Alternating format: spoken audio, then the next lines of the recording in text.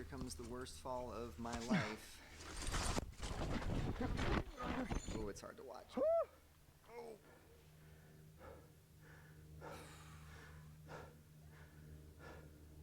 I'm alive. I took a really bad fall.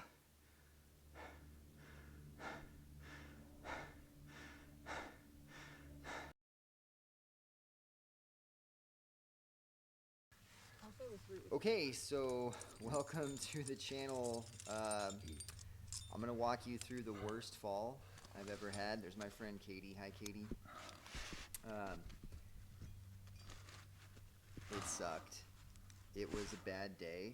I got really lucky with it, but I made some key mistakes that I think you guys could really learn from. I know I've learned from them. So I'm gonna walk you through what happened.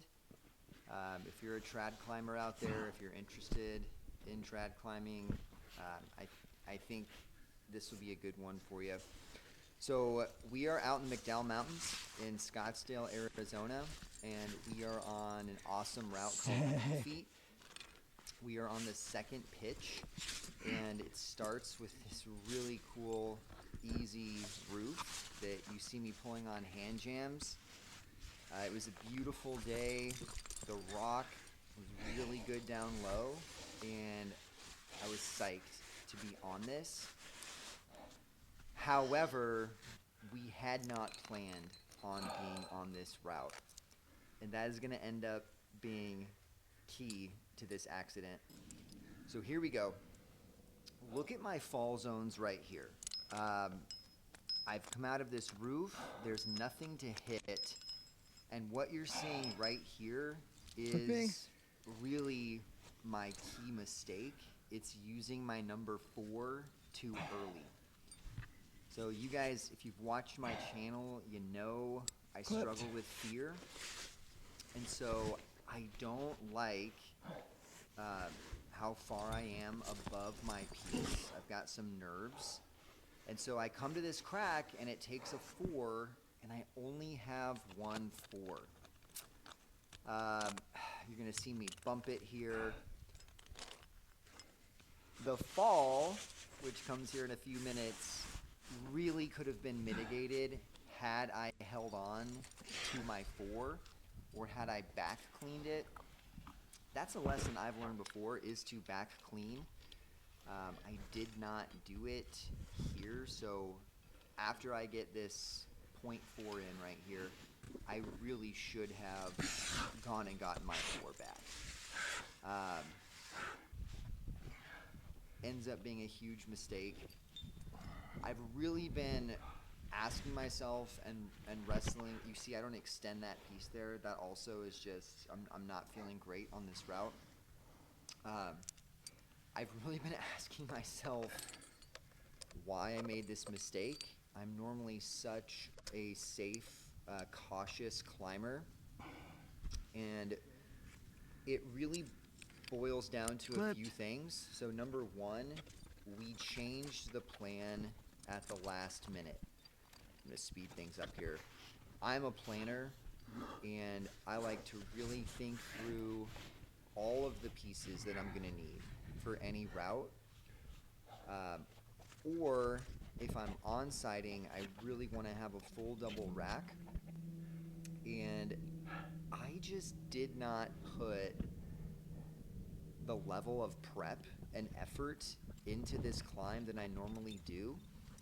In climbing, we say that complacency kills, and luckily it didn't kill me this time, but I got complacent.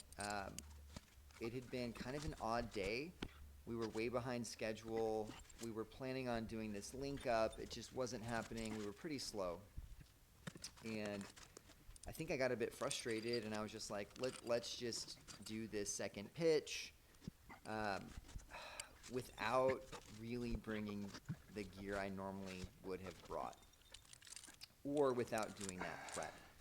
So that's the first mistake I made, was not bringing the right gear. Here you are going to see me back clean, so I am tracking that I need this number 5 for this pretty heinous finishing section of this climb.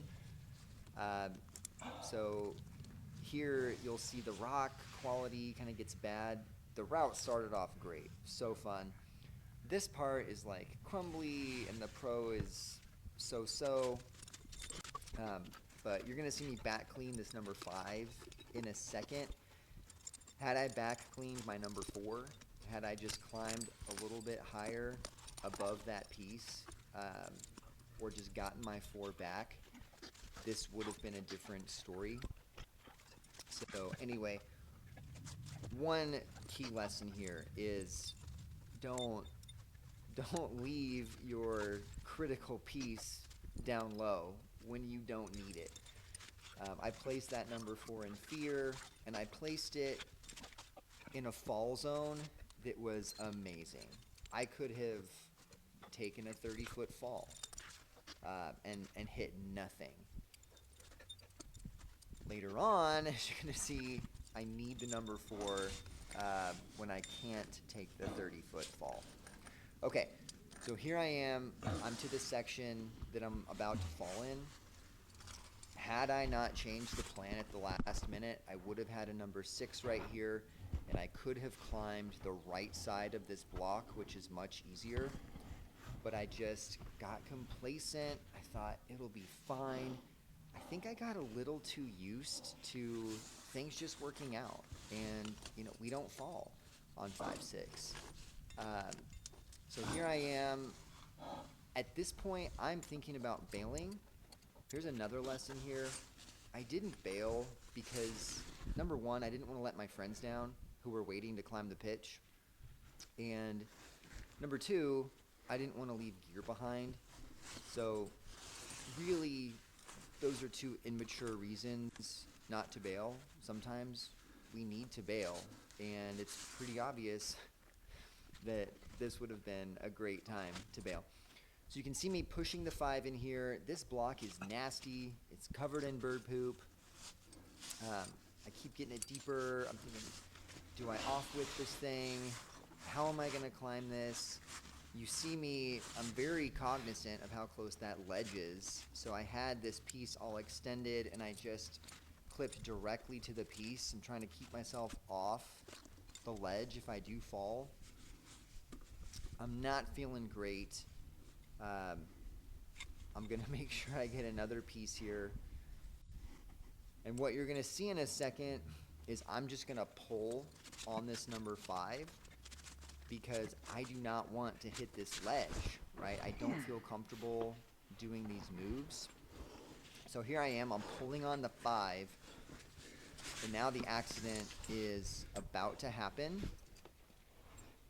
Once I pull up here, I'm kind of stuck, and now I'm kind of kicking myself like, what was the plan? And I think that I thought once I pulled that move, the climbing would be super straightforward. But you can see it's nasty climbing. There's bird poop everywhere. Off-width is hard. I do have the skills to climb that, but I wasn't comfortable doing that above gear with a ledge. And here, friends, dear friends, is where I could have placed the 4, okay? Right before I fall, I could have gotten a 4 deep back in there, and this would have stopped me from hitting the ledge. So I have relived these few moments over and over. I just was not comfortable. I'm like, can I bump this 5? It's too late. I'm too far past it. I'm not feeling good, and I just think I'm gonna go for it. Friends, what I should have done is I should have shoved my leg deep in that crack, my whole thigh, and just committed to that. Instead, I'm like, I want out of this situation, and I'm like, oh, I see the other wall. This will be fine. One move will be fine, and then we'll be on top of this thing, and everything will be okay. Here is where I'm a little too complacent above this gear, and I'm not respecting the fall zones. Here it is.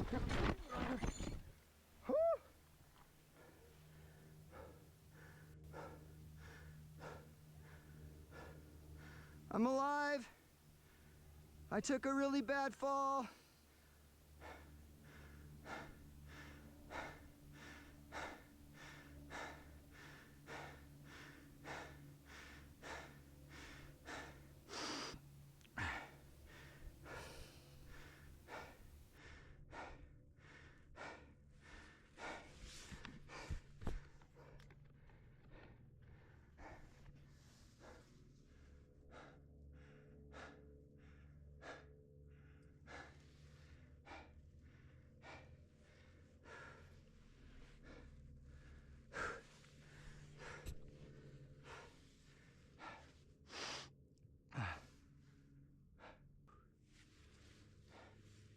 I don't think anything's broken.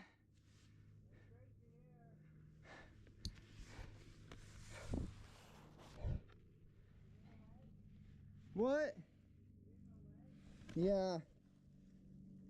Bad fall.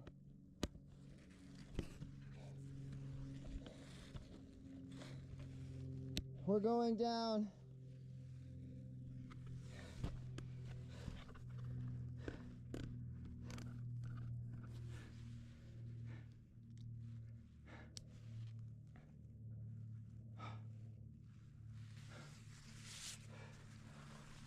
Okay.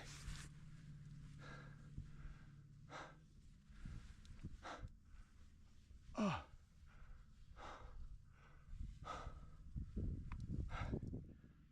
Oh.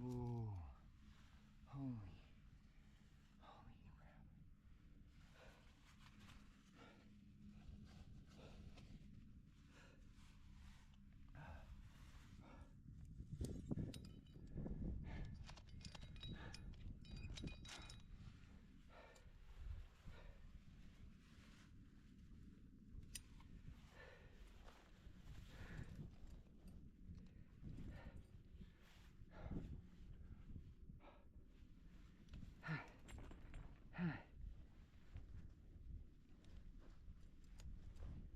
Okay, so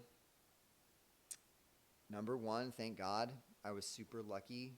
You know, I sprained my wrist, that's all. And the sprain, I thought it was pretty bad. It wasn't. I was climbing a week later. Uh, the accident was about a month ago, and the wrist is almost back to normal. So,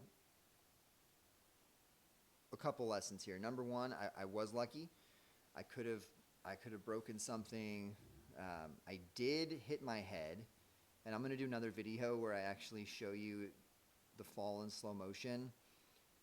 I did hit my head, not at the bottom. I actually hit it right when I fell on that block at the top. But I was wearing a helmet. Um, let's talk about what went well. So my gear was good, and my belayer had me. It might not look like my belayer had me, but she did. She was doing her job. I was really far above her, and ropes stretch, dynamic ropes stretch, and there was rope drag. The rope did its job. The rope absorbed the vast majority of the impact. Even though it looks super crazy, I really ended up feeling like I got tackled by someone big. So the gear did its job. I had plenty of gear. I should have had some higher gear. The rope did its job, kept me from dying.